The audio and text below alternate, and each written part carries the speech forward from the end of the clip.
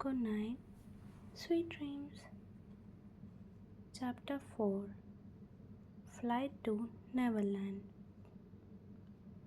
Second to the right and straight on till morning. This was what Peter had revealed to Wendy as the way to Neverland.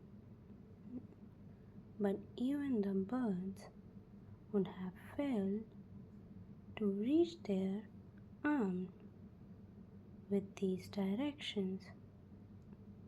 Initially, Peter's companions trusted him blindly, and the joys of their first flight were so great that they often paused and wasted time by circling around church spires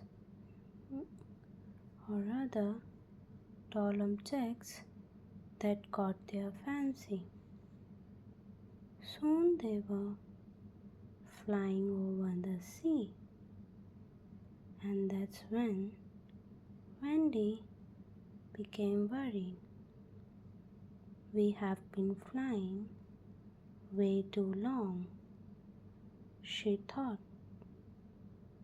I think it's a second sea and a third night. John thought sometimes it was dark and sometimes there was light. Now they were warm and then they were cold again. Then at last they reached Neverland. There it is, Peter declared calmly. Where? Three voices asked together. Where all the arrows point.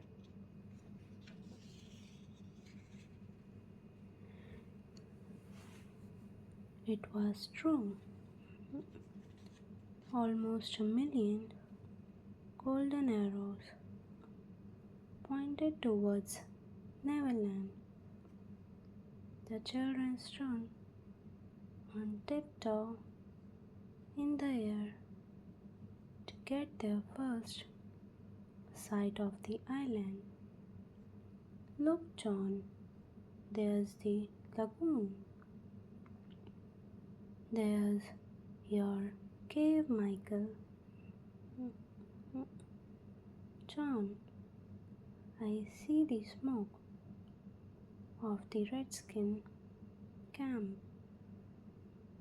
Where? I can tell you by the way their smoke curls if they are on the war path. Over there. See? Just across the mysterious river. Yes, I see now. They are on the war path. For sure. Peter was a little irritated. Then the children knew so much. But his desire of lording over them was fulfilled as fear was knocking on the door. The arrows suddenly disappeared, transforming the brightly lit island into a picture of gloom. The children had been flying well apart, but huddled close to Peter now. Peter's careless manner had disappeared and his eyes sparkled. The children felt a tingle every time they touched Peter. Now they flew very low over their dreaded island so that trees grazed their feet sometimes. Nothing hostile was visible, but their progress had been slow and difficult. It was as if they were fighting to break through some hidden barrier.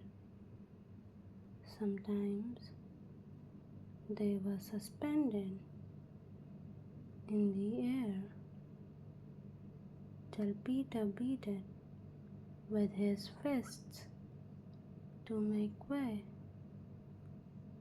They don't want us to land, Peter explained. Who?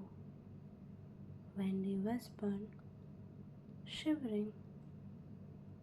But Peter either could not or would not reveal the truth.